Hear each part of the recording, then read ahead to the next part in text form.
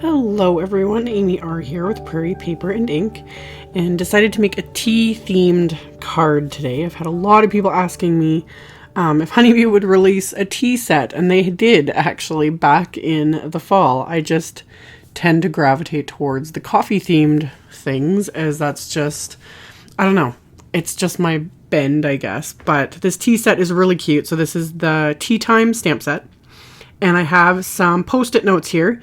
And I just put a stack of 4 of them in my stamp positioner. I originally only was going to do some masking on this teacup image, but then thought I might as well stamp some of these other images and create masks while it's all out and ready and whatnot. So I fit several images then onto this little stack of post-it notes. And for the teacup, I'm going to cut all of them at once. And with these images, because they have such a nice thick line to them, I'm basically just cutting right in the middle of that line. So really simple. When it comes to masks, you either want to cut either right on the line, or preferably what I usually use, cut right inside the line. Or if it's an image with really nice thick lines, I kind of cut in the middle. It doesn't have to be perfect. It just needs to mask the image.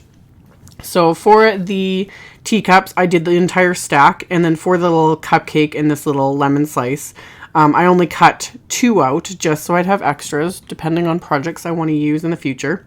And I ended up creating other masks with those like large scraps of the post-it notes left over, because again, I had everything sitting out, so it's like, why not just have some masks made? And one of the great things too about having a bunch of masks is I can use them to kind of create whatever layout I'm thinking of.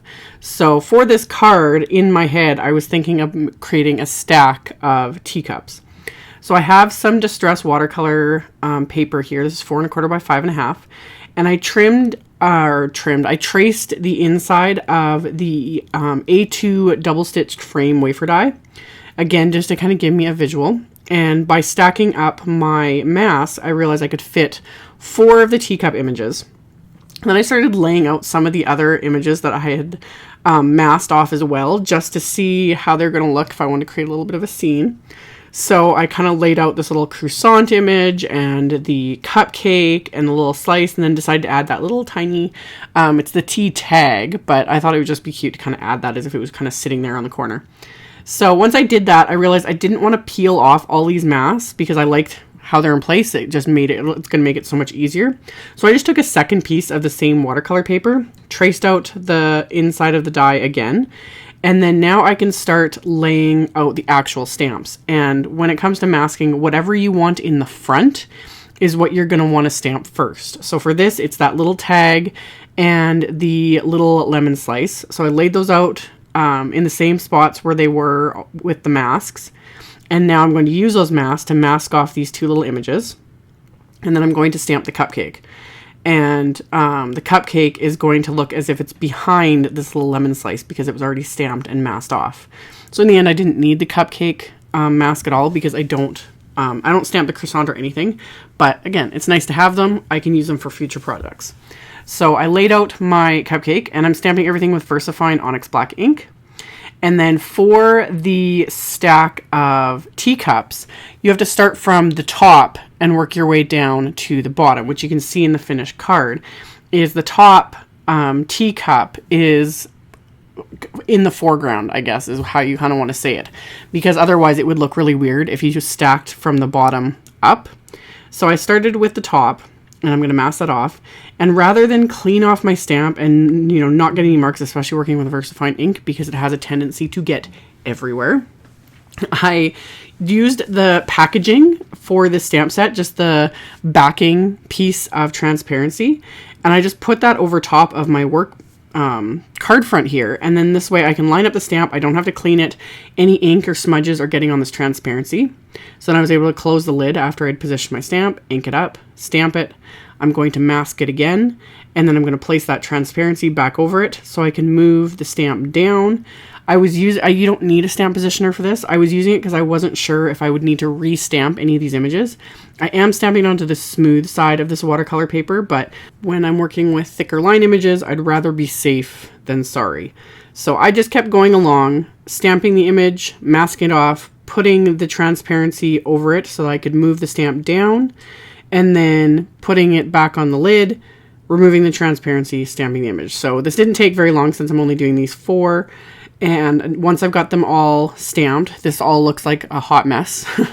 That's the beauty of masking though. Everything looks messy until you remove the mask. And this is where I decided not to add that croissant. I think I had enough going on and it just wouldn't really be visible with everything else. So I decided to leave that off. And now I'm going to peel off all my masks, and that makes everything kind of come together and look the way it's supposed to look. So all of those masks I save. I just stick them to the backing sheet of the stamp set. So the next time I go to pull out the set, I have all these masks cut, ready to go. I can use them multiple times and save myself any other time or effort with those. And then I'm just going to wipe the ink off the backing sheet of the stamp so I can place that on the other side to keep everything protected.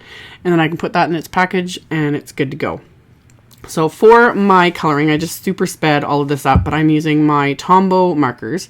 I did list the color numbers in the order that I use them.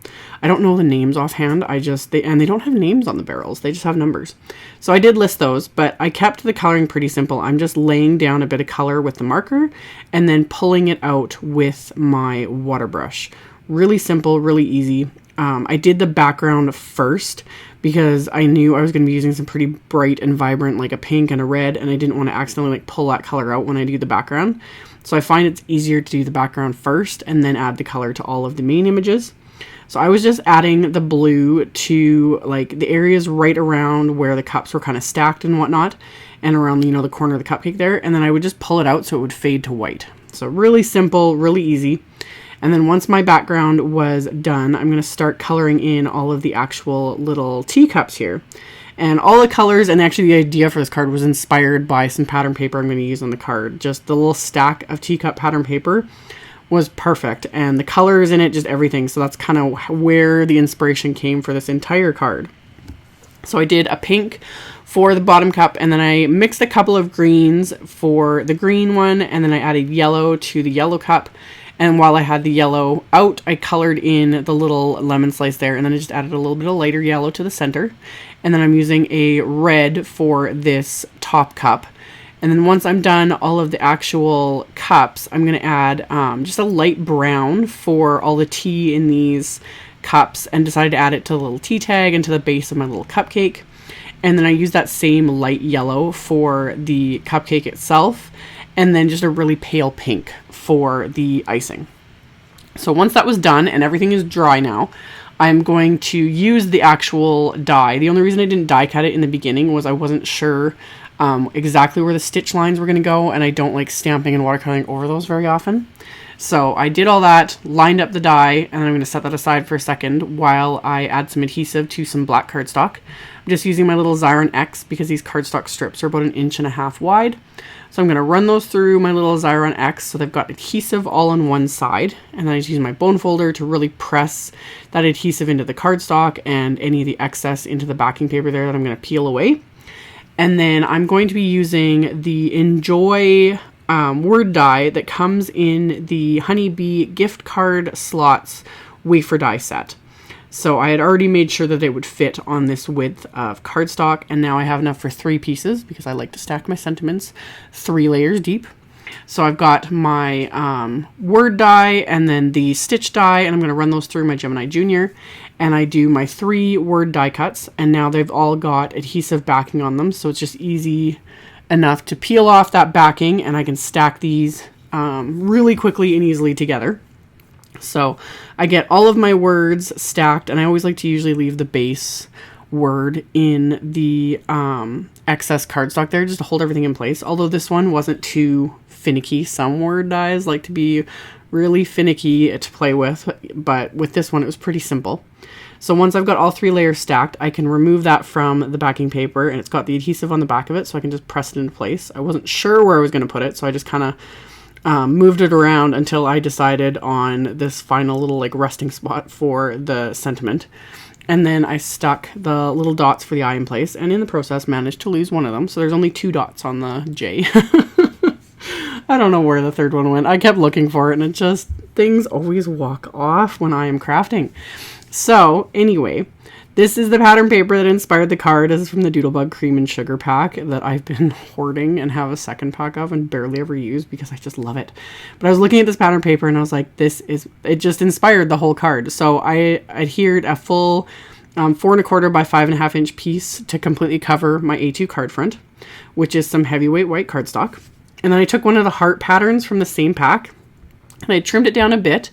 And then I'm using one of the actual gift card slot dies on it. All it does is cuts the little slots. So it's got these curved ones, or that second die cuts 2 little slits on an angle that you can insert your gift card into. It's just personal preference. And I like how it has kind of basically the outline in the exact size of a gift card. None of that cuts, but it gives a good visual so you know where you're placing things and where things are going to line up. So I cut that from the pattern paper, and then I'm just lining everything up again in my stamp positioner on the inside of the card. And the sentiment is from the Perfect Blend stamp set. There are coffee and tea themed words in there. So I built my sentiment that says sending you a hug in a mug. So I built it all together, closed the lid, inked it up, and then stamped that onto the inside of my card. And then for this piece of pattern paper, I'm going to add adhesive to the back of it, making sure not to add any adhesive to the little areas where those actual slots are, because you don't want to glue those down because then it's not going to hold your gift card. So I'm just applying adhesive to everything but that, as well as to just the very little edges there. So everything is held really well in place. And then I can flip this over and adhere it onto the inside of my card, and a little tiny bit kind of hung over the edge. So I'm just going to flip over my card and just trim off that little tiny bit of excess with my scissors. And then those 2 little notches just pop up a bit and I can slip my gift card into there.